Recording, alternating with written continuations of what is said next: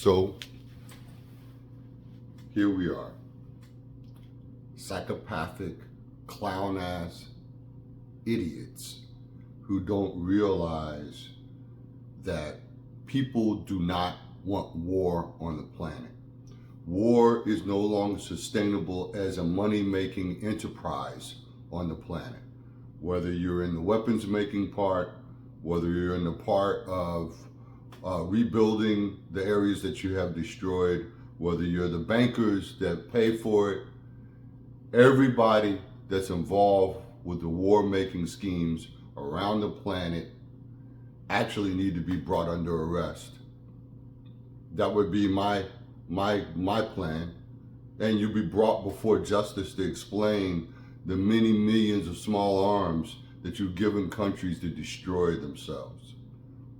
Then let's not even talk about nukes.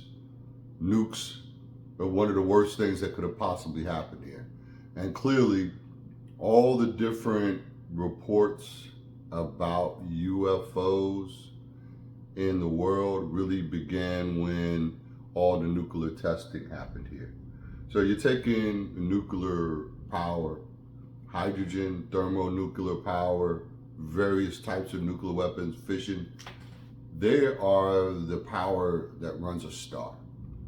And if you could harness star power, you could basically give free power to everyone on the planet.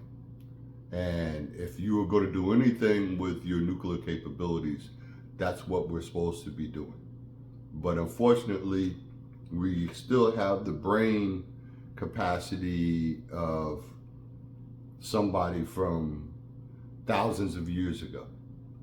Our technological level has gone up, but our ability to evolve has not. And that's how we have the people that we have today. Whether it's Benjamin Kowski, aka Netanyahu, the orange Cheeto corn puff that was afraid to go to Vietnam War with 5 bone spurs documents that stopped him from going. But now he's ordering the massive, incredible aircraft B-2 Spirit to drop bombs. And from the early reports coming in, it sounds as if they still did not penetrate the hardened targets. So where does this end? Where does the manipulation end? We are constantly being manipulated by a group of individuals that have serpentine and substrata wormed their way into every part of the American experience. And it's called Zionists who represent the country of Israel. Outlaw AIPAC. Outlaw anybody that's making decisions that has dual citizenship to Israel. You've been compromised. Outlaw all that money that comes in, and we need to get rid of Citizens United. We need to get rid of the gerrymandering that the Republican Party has been doing for years, because they know that most Americans will not go for what you're pushing us towards, which is a third world war. All we can do is call our congressmen, our senators, rip them a new one. Every last American that doesn't believe in this bullshit that's been handed to us should be doing that.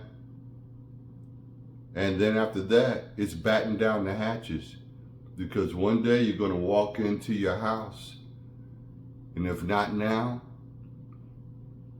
after we vote all these Republicans out in 26 and AIPAC is exposed for who they are, a desperate rat will do desperate shit.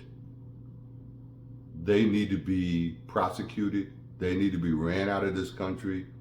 And we need to have a robust plan for peace around this planet.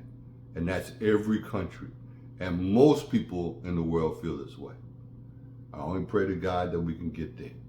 The Northrop Grumman B-2 Spirit. It's one of the most powerful aircraft that any country's military defense has. But what makes it any different from any other aircraft? Its role is to be a stealth bomber, so it should come as no surprise that stealth is its #1 priority. But how can an aircraft that travels at a top speed of Mach 0.95, almost the speed of sound, stay hidden so well? Join us in this video as we explore the unrivaled power of the B-2 bomber.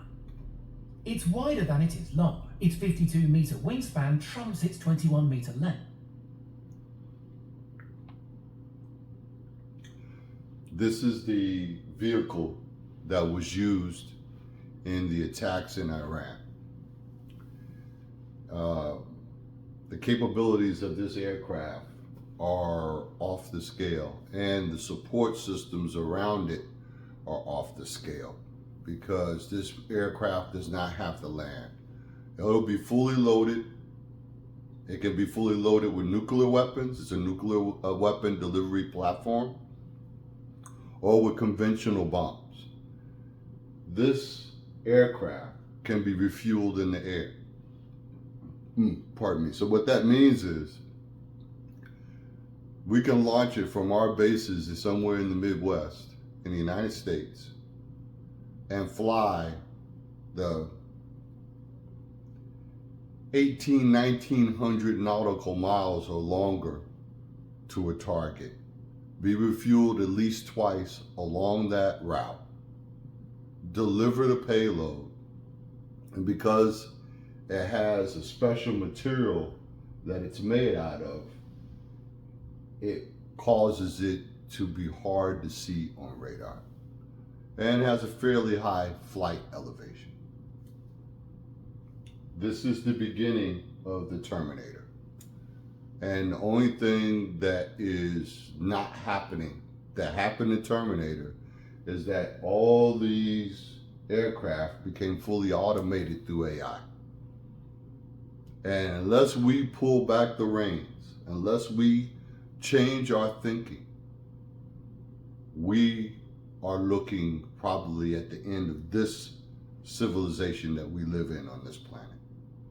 And certainly, there's enough evidence to show that civilizations have almost completely perished on this planet from meteors hitting the planet, all the way going back 72 million years ago to the dinosaurs.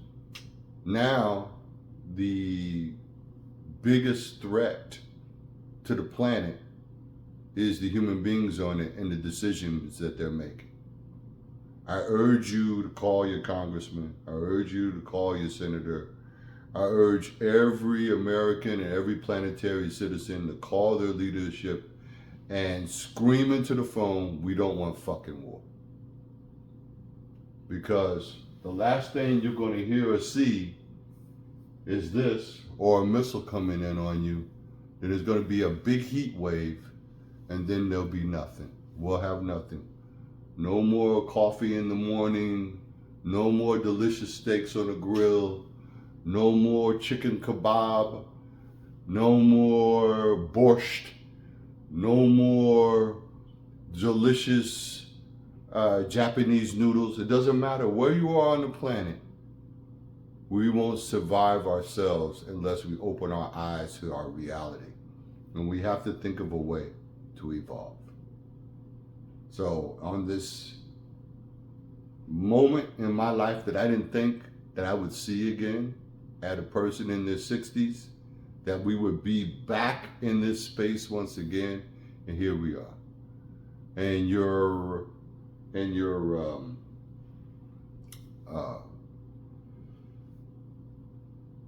homework assignment for tonight is Sum of All Fears, with the great Morgan Freeman in it, and Ben Affleck playing Jack Ryan, the CIA guy, and then Dr. Strangelove,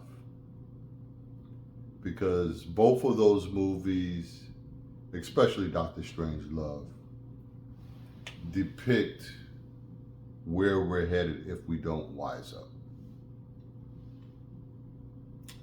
God bless.